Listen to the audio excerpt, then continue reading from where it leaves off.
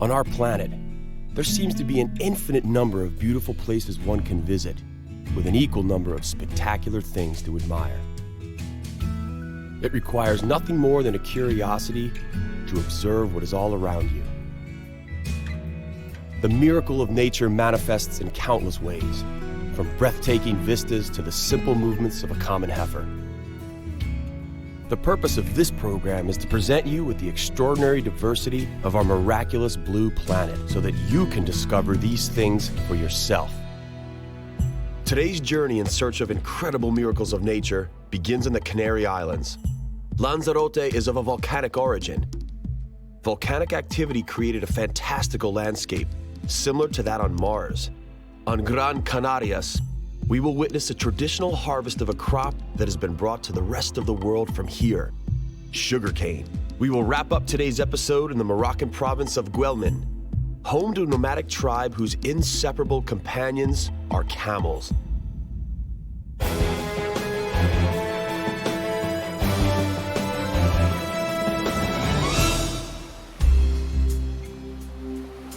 The foamy waves of the Atlantic Ocean wash the shores of Lanzarote, one of the Canary Islands belonging to Spain.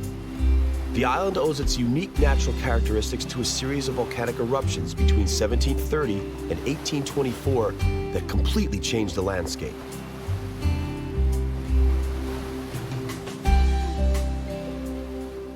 The island is predominantly a red-brown desert made of igneous lava.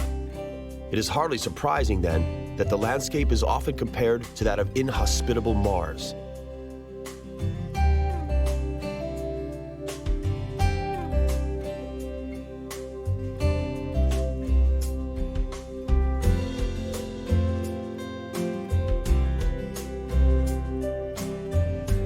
The landscape icon of Lanzarote is the Montañas del Fuego, meaning fire mountains.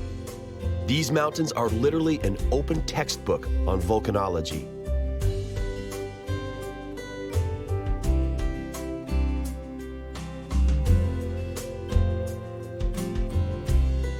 The bare landscape offers very little moisture, and almost nothing grows here apart from a few endemic types of succulents and lichens. While the people of Lanzarote literally walk on hot ground, there is currently no threat of more volcanic eruptions. A few meters below the Earth's surface, the temperatures reach as much as several hundred degrees Celsius. For centuries, the local people have been fighting bravely against heat and insufficient moisture. The round shapes in the La Cherie Valley are not volcanic craters, but artificially built vineyards.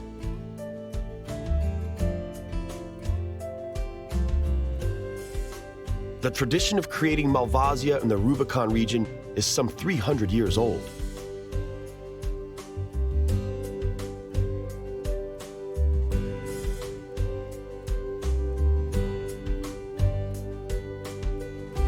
Lanzarote is even more famous for its cheese production than wine cultivation. The cheese is made from goat's milk because goats are capable of surviving on the very sparse vegetation available here. Some types of the renowned local cheeses ripen up to 2 years. Most, however, are consumed immediately or the second day after being made.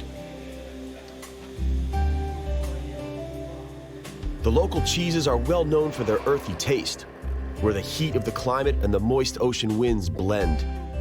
The cheese is made using sea salt, and the rays of sun blaze the landscape daily.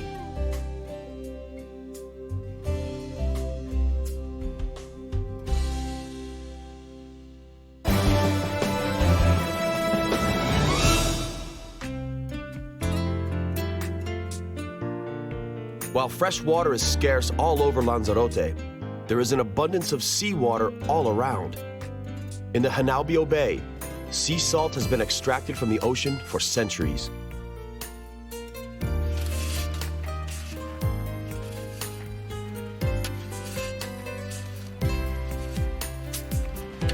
The method remains unchanged. The water is poured into shallow vessels, and the sun takes care of the rest.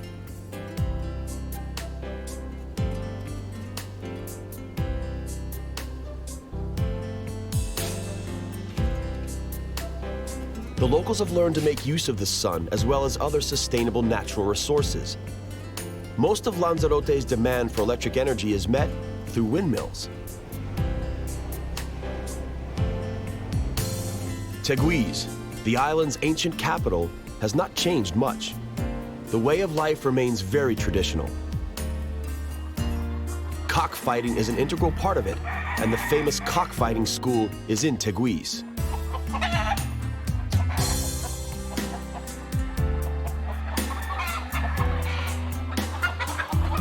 The sharp spurs of the colorful warriors must be covered during practice because they could hurt or even kill the opponent. This tradition may seem cruel to some, and it is. But nature has made sure that the cock's instinct is to fight.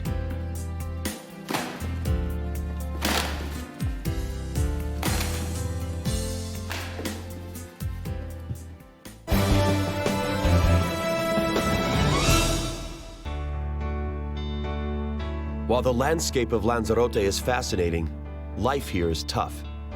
The youth leave for cities or the mainland in search of a more comfortable existence, and the long cultivated terraced fields lie fallow. Slowly, the harsh nature claims back what the farmers have taken from it centuries ago.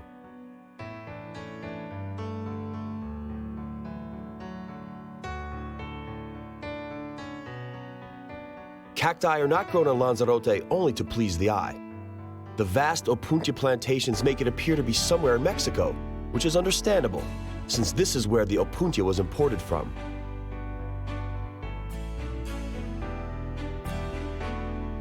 Opuntia is usually grown for its sweet fruits. This is not the case on Lanzarote. Here, the cochineal is bred on it.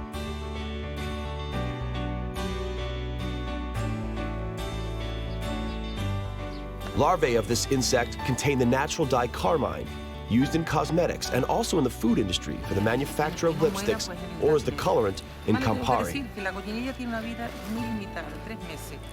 The larvae are gray at first glance, but if crushed, the color appears. If the label on a product states E120 colorant as an ingredient, it most likely originates from these insects.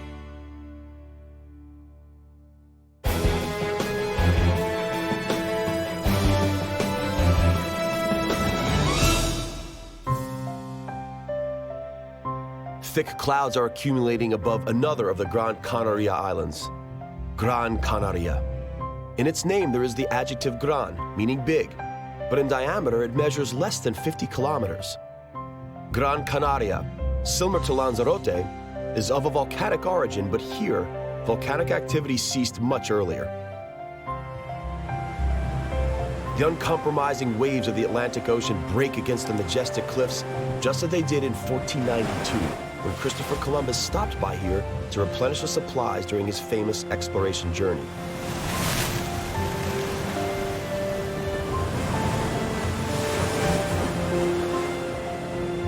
The landscape on Gran Canaria is much more malleable and richer than that of Lanzarote. Fresh water is not abundant, but there is a little more of it available here, and so Gran Canaria is by far the greenest of all the Canary Islands.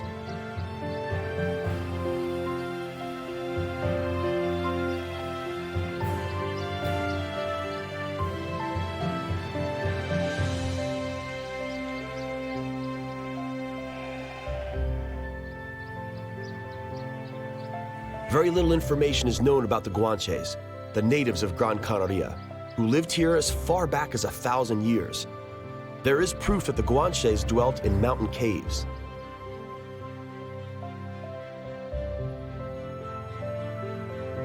The caves maintain a pleasant temperature even when it is excruciatingly hot outside.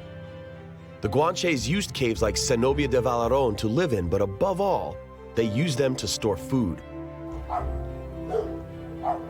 Many of the locals still live in small houses adjacent to the mountains, and their rooms were carved by bare hands of their predecessors.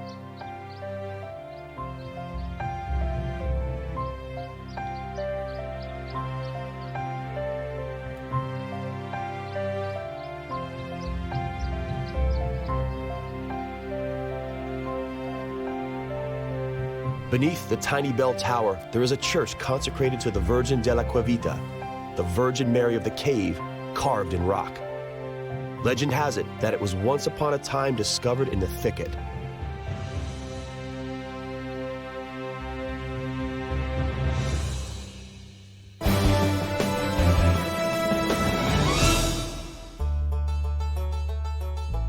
The most important symbol of Gran Canaria are not caves, but a tree protected by the law. The Canary Island pine is endemic, therefore it is only found here.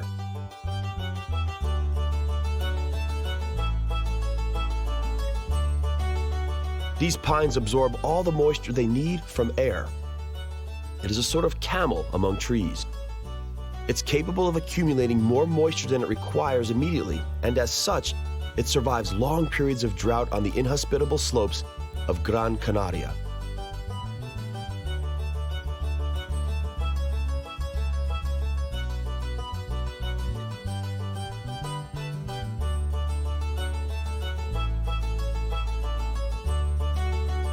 The timber of local pines is very hard and so resists all kinds of pest attacks. This characteristic is welcome in wood carving. The older the timber, the more resin it contains. The resin gives the wood a reddish hue and adds to its hardness.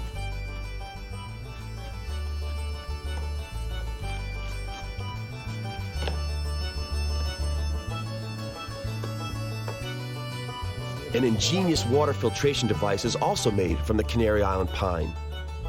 The water drips through a bowl made out of porous stone, which cools it and maintains its freshness.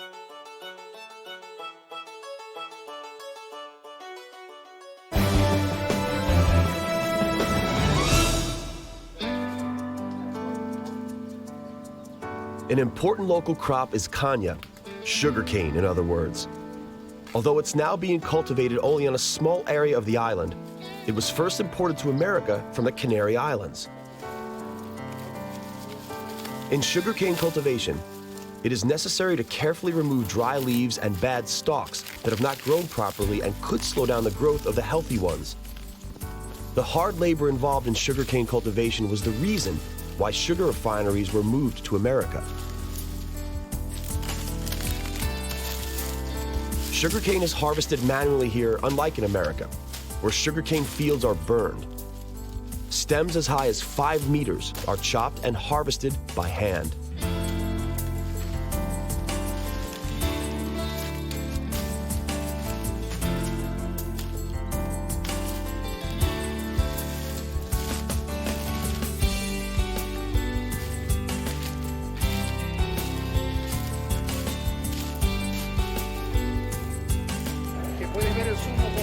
The favorite drink, guarapo, brought from America, enriched Gran Canaria in return. It is easy to make. Freshly pressed sugarcane juice with mint leaves added to taste and to lessen the sweetness.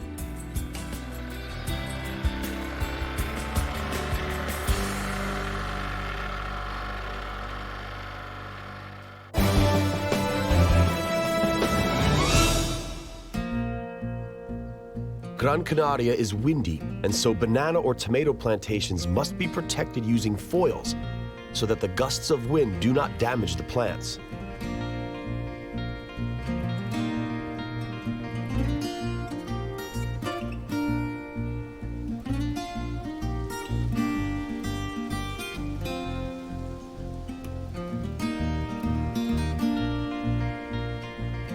Local bananas are well known. Cutting their flowers is an important task because it has a considerable effect on the final taste and appearance of the bananas.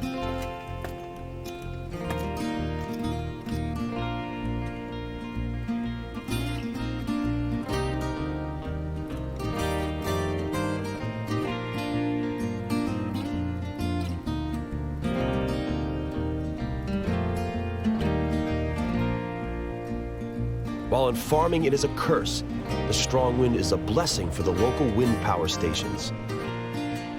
It often tears off the protective foil and damages the crops.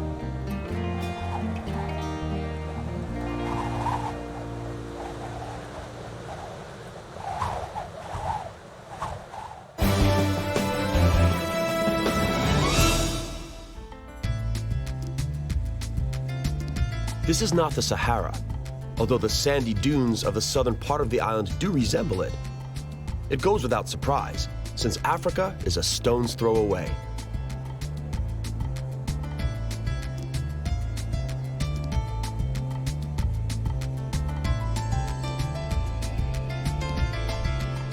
The wind forever moves the sand, changing the appearance of the dunes and covering the occasional footprints we might make.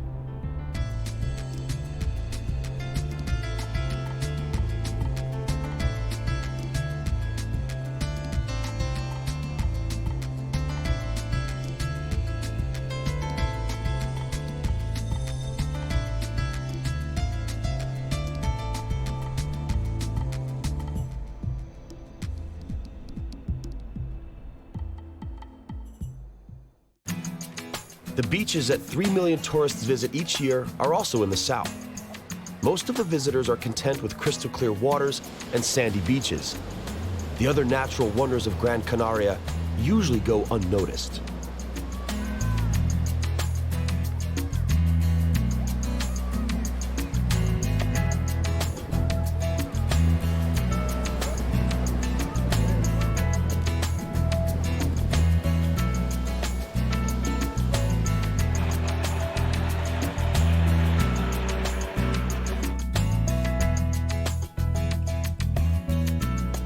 There was no Cesar Manique on Gran Canaria to ensure that such an enchanting island doesn't become a uniform tourism resort in which the fascinating and unique natural phenomena slowly disappear. With the setting sun, we bid Gran Canaria goodbye.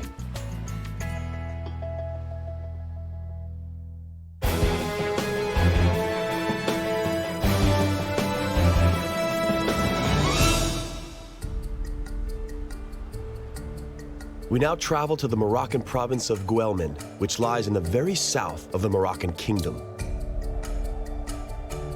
Guelmim, the land of nomads and camels. This is where the world's largest desert, the Sahara, touches the Atlantic Ocean. Even though the original nomadic way of life disappears slowly, many still live as their predecessors did. They traverse the desert with their leather and fabric tents.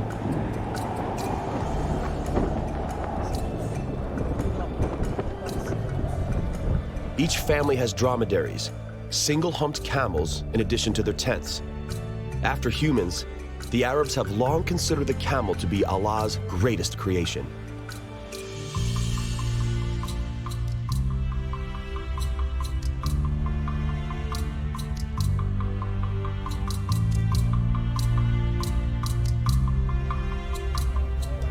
The biggest camel market in Africa takes place in the capital city, also called Guelmim.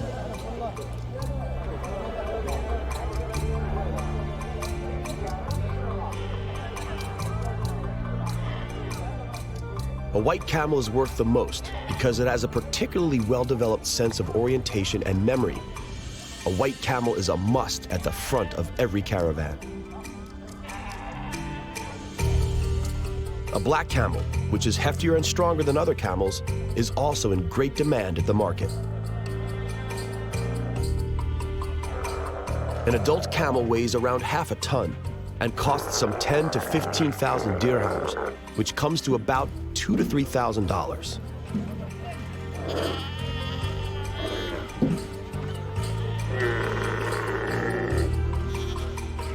The purchased animals are not handled with much consideration. No wonder. A camel is a calm but very stubborn animal.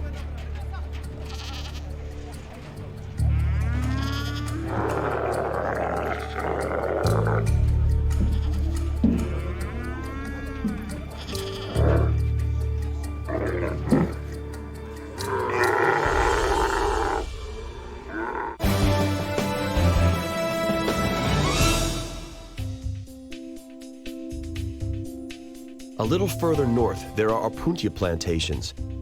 Here, they are grown just for their tasty fruits.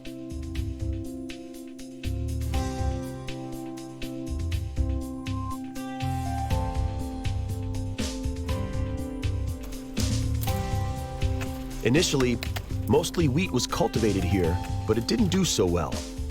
Many farmers, therefore, left the region. The opuntia, which forms the basis of the region's economy, is slowly bringing the farmers back.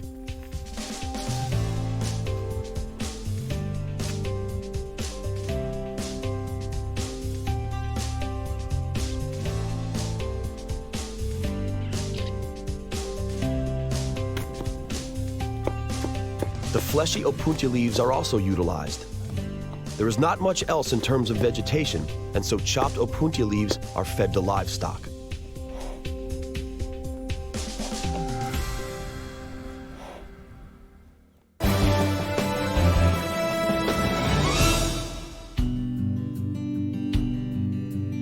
The Atlantic winds also influence the climate in Guelmim. The winds have chiseled the granite rocks in the Tafrot Valley into fantastic shapes.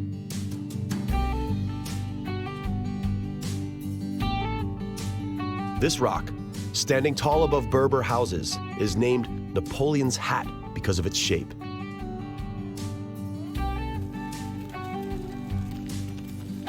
Mountain goats and sheep graze below the hat.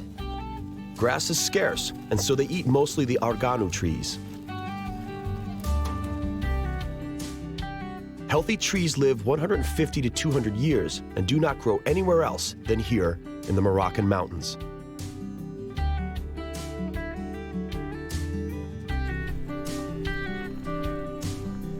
They bear nuts all year round.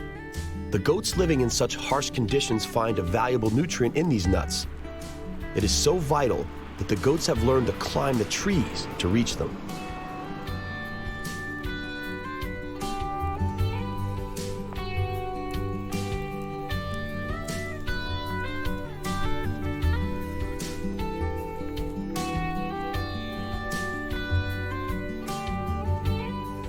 Arganu nuts are also an important crop for the local people.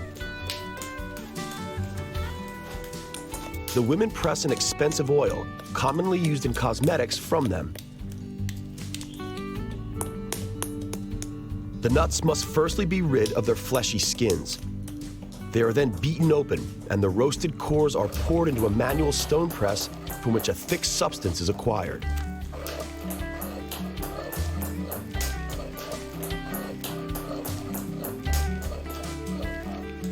It is then soaked in water, and dry matter used for feeding domestic animals is condensed out of it. What remains on the bottom is the valuable oil.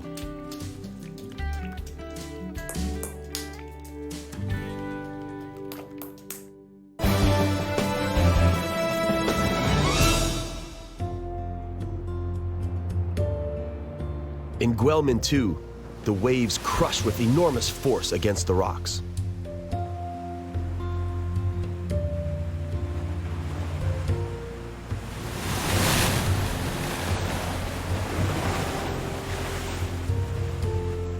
Some of the breakers turn over fishing boats and wash them ashore.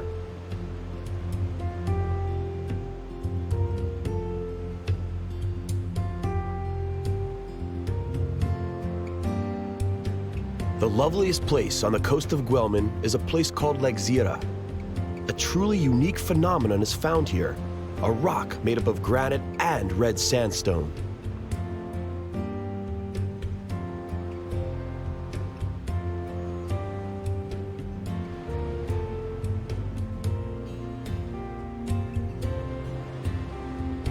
Waves and sea currents have chiseled the sandstone on the almost 8-kilometer-long beach.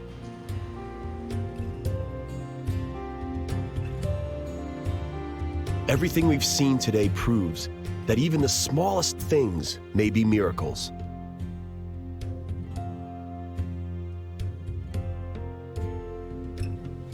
As the sun sets beyond the horizon, so we too bid the Guelmim coast goodbye.